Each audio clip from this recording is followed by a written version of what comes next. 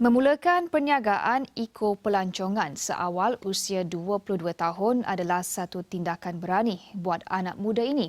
Dengan objektif mahu mengangkat nama Kota Marudu seperti Kundasang dan Semporna di Sabah, Sylvester Junid juga ada tanggungjawab memberi kesedaran kepada komuniti mengenai eco-pelancongan. Selaku pengerusi pembangunan pelancongan Kota Marudu, dia berperanan mengemudi lebih 20 pemain industri di daerah itu, selain bersama-sama ahli persatuan dalam menangani cabaran-cabaran yang melanda.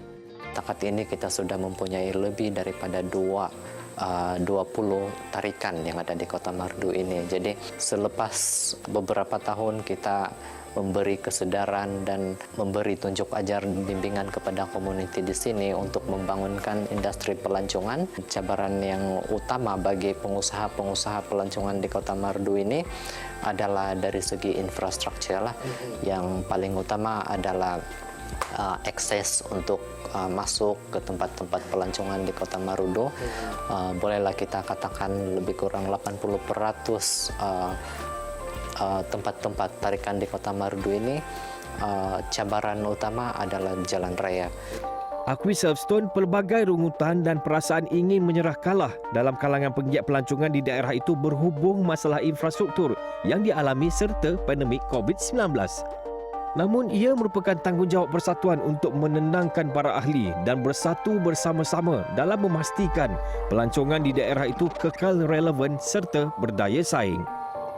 Ingin saya nyatakan di sini kebanyakan tarikan pelancongan yang ada di daerah ini diusahakan oleh community di kampung itu sendiri, di mana background mereka ini bukanlah terdiri daripada syarikat yang besar, mempunyai modal yang besar. Kita melihat cabaran ini boleh mengancam ataupun boleh menyebabkan ada pemain industri yang akan gulung tikar.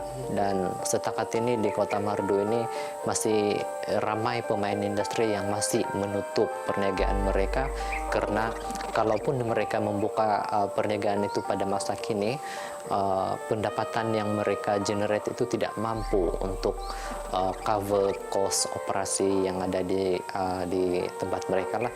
Jelas Sylvester, perlu ada satu penyelesaian segera bagi memastikan industri pelancongan di daerah itu kekal relevan.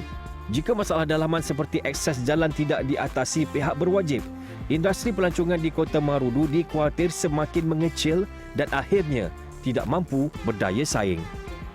Saya mengharapkan satu jalan penyelesaian yang boleh membantulah rakan-rakan penggiat industri, mungkin bukan di Kota Marudu saja, tapi saya pikir keseluruhan pengusaha di Sabah, di Malaysia, terutamanya mereka yang terdiri daripada golongan komuniti dan berskala kecil dan sederhana.